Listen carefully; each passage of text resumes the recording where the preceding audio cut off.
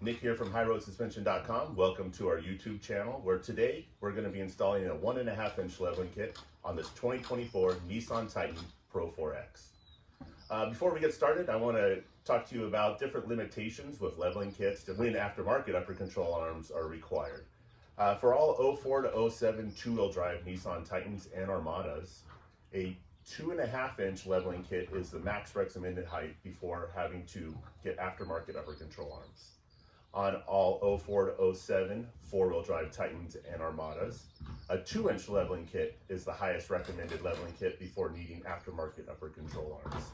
For all 08 to 24 Nissan Titans, a 1.5-inch leveling kit is the recommended height before needing aftermarket upper control arms. This also applies for all 08 to 2024 Nissan Armadas. All right, we're gonna break the lug nuts loose with a breaker bar and a 21 millimeter. It's best to do this on the ground to prevent the wheel from turning while you do it. We're just gonna break them loose, not remove the lug nuts until we get the vehicle off the ground and on jack stands.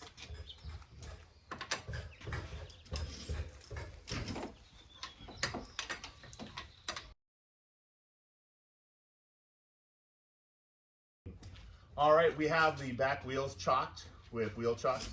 We have the other side supported by a jack, and we're gonna support this side with a jack.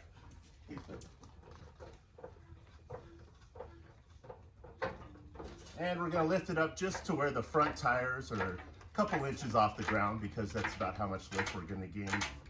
So we wanna make sure we have enough clearance when we put the tires and wheels back on.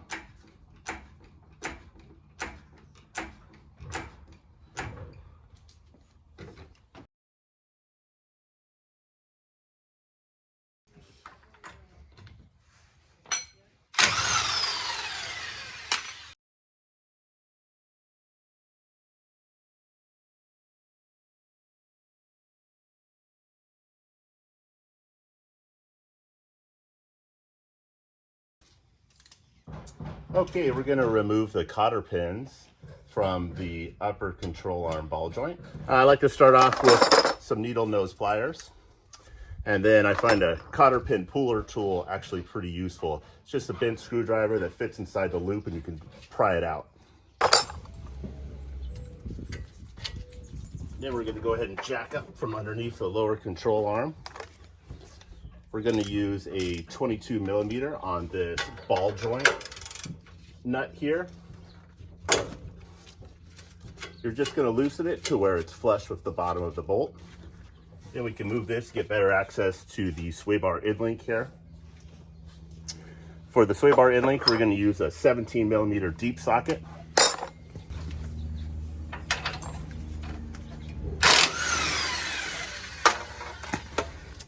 All right, now we have the jack removed from underneath. Again, this nut is flush with here. And you're going to strike this flat side of the spindle here, and it'll break loose from this ball joint. It's a tapered ball joint, so you have to break it loose to get it to drop.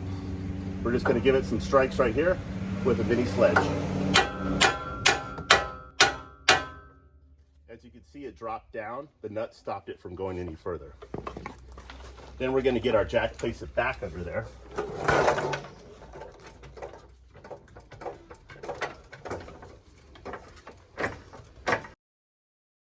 Then we just push down here, simply remove the nut, and lower the jack.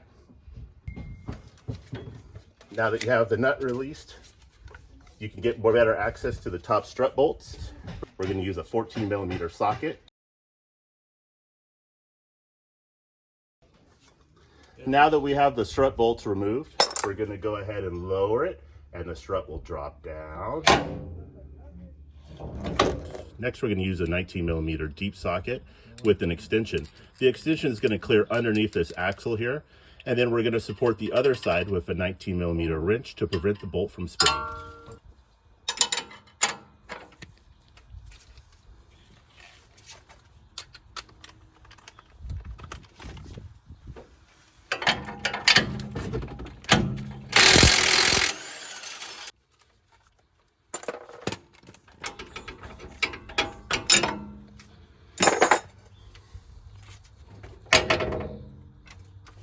remove lower strut bolt, lower down completely, and the strut will pull right out.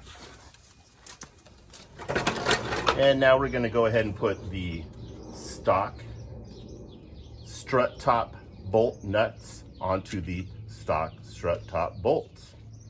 Go ahead and hand tighten them on first.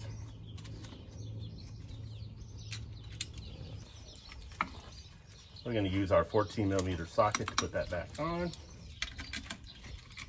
Hit it with the gun and then I'll torque it.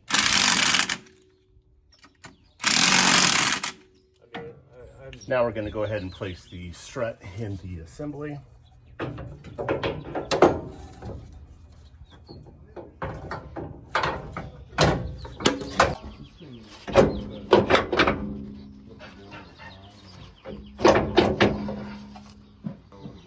Okay, now we have our strut up in there. We're going to go ahead and use the supplied split washers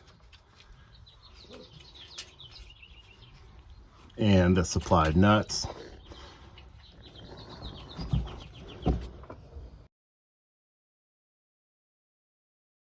And we'll use a 17mm on the new supplied nuts.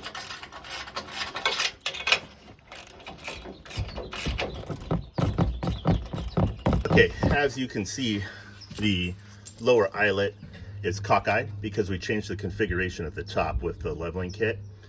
So all that you have to do is stick something long in the hole of the lower eyelet, the lower bolt hole, and give it a twist so that it lines up with the lower shock mount.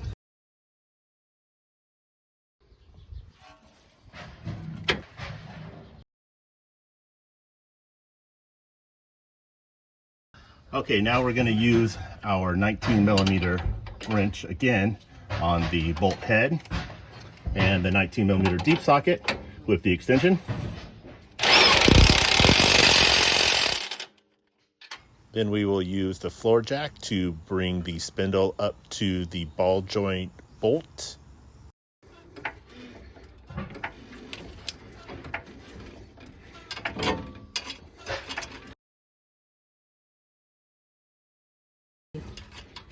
Then we'll tighten the ball joint nut with a 22mm socket. Now we'll use the floor jack to bring the lower control arm up to the sway bar end link.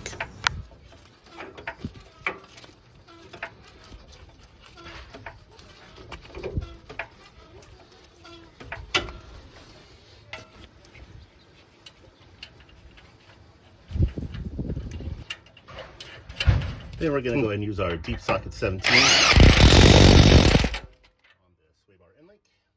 Install the new cotter pin.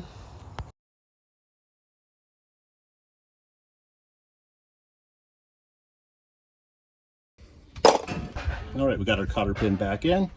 This side is complete. We'll finish up the other side and then we'll be done.